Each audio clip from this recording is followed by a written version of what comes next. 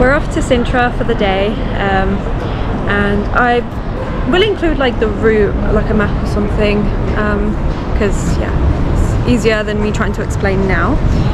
But we're just waiting for the train. We're on platform 2. Should be here in a few minutes. We were staying near Parque Eduardo VII.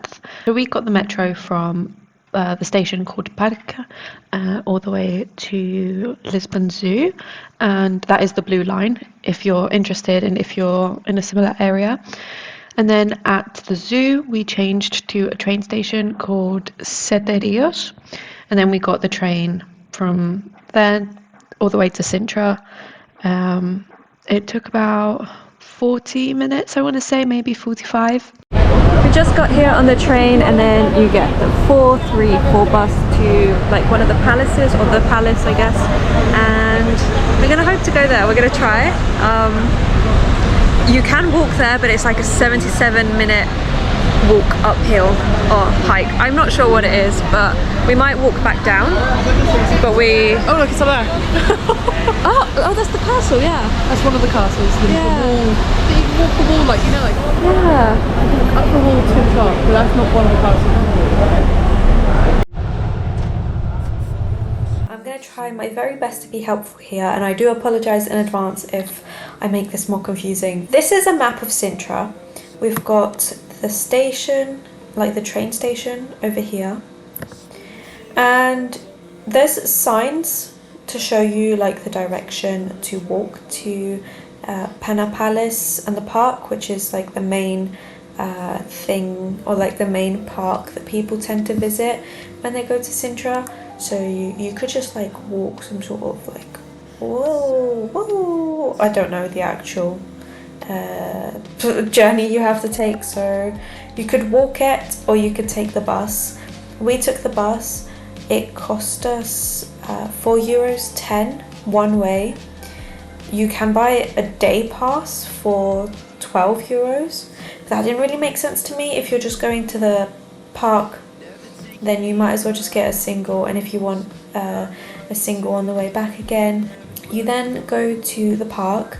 So the park actually includes more than I thought it did, so I would say, so this might not be quite accurate, but you've got plenty of things in the park, like an area called Lake Valley. You've got the High Cross, which is over here, and this is just a nice viewpoint. We go there later on in the video, you will see that. And yeah, so you can walk around the park, and then you can also go into the castle. You can buy a ticket just for the park, or you can buy a combined ticket for the park and the castle. And yeah, from here you can actually see the Moorish castle, which is this thing here. So I'm a little bit out of breath, and that's because we've come to the park where the palace is, and we've come to the park with the palaces, and it's certainly a climb to get up. I will say it was a little bit confusing because there was like time slots for the tickets. The earliest one we could get was 3:30, and it's now like it's 12:30.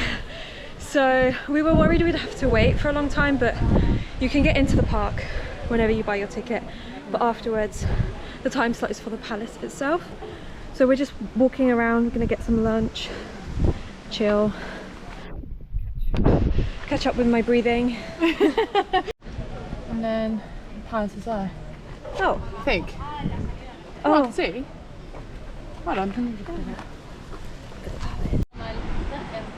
We've made it up to the High Cross. We've got Anna over there.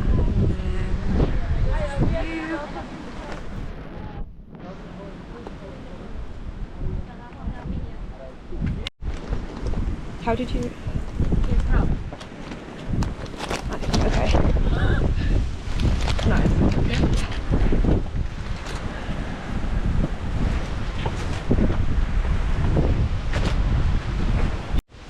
We've been walking around, and it's now time for our gourmet lunch.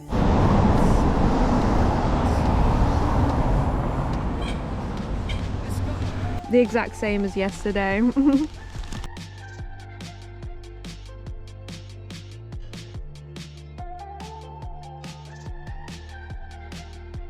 Oh, it's like Disney.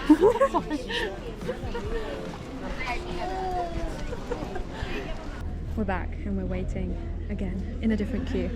Lots of queues. Better scenery for this queue though. Yeah. But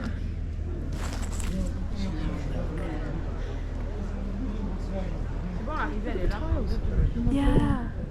If I was going to visit Sintra again and I wanted to go into the palace, then I would probably buy the tickets online in advance. I didn't know that this was an option before we got there, but I feel like it would be a way to skip the waiting. We had to wait 3 hours before getting into the castle or like the palace. So yeah, I do think that that would be helpful for you just because there's so many people visiting. And on that note, be aware that when you go into the palace, if you want to have a look around the actual palace itself, at least during summer and high season, which is when I went, it's going to be very slow. You're going to stand in a very long queue, just walking around the interior. The outside of the castle or the palace, like, it wasn't that bad. But when you go inside the palace and you look in like the rooms, you can see here, for example, there's just so many people, and it's basically just one very, very long queue to the point where honestly I found it a bit distracting and I struggled to like stay focused because we weren't going with my own rhythm, we were going with the rhythm of the queue, and I felt like I couldn't really go back or like look around much.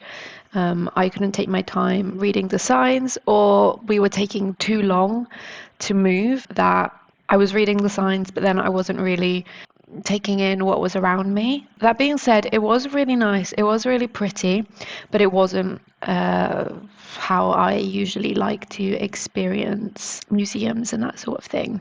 The outside, I loved it. The park, I loved it. Would I go again? Absolutely. Would I recommend going? 100%. But I would probably do it quite differently next time. we're on our way back now and we're just going down basically the hill that we came up on the bus before, or the mountain, I don't know. And apparently it's like a 30-minute walk down according to Google. We reckon we could do it a bit faster. But we reckon we can do everything a bit faster than Google says.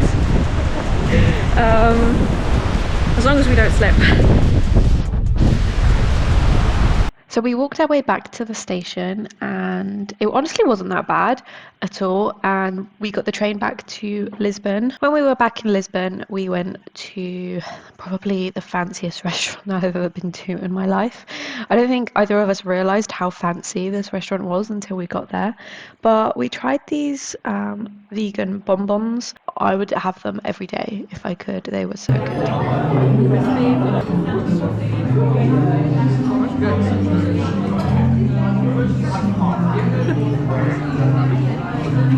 That's really good. Like, look at the inside, it looks like meat as well. It's so strange.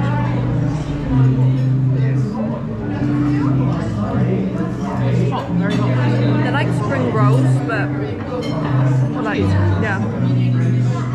10 out of 10.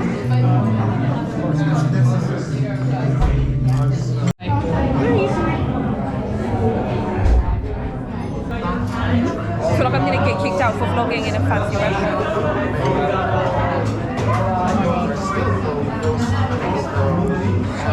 Yeah? Just take a moment to appreciate how weird that fork is. Anyway, that brings us to the end of this video. I've got one more Lisbon vlog coming your way very soon, in a few days actually. So I really hope you enjoyed this one and I hope you're looking forward to the next one. If you haven't watched the first vlog, this is a 3-part series. It's up on the screen now. You can just click on it and watch that next. And I will hopefully see you next time. Bye!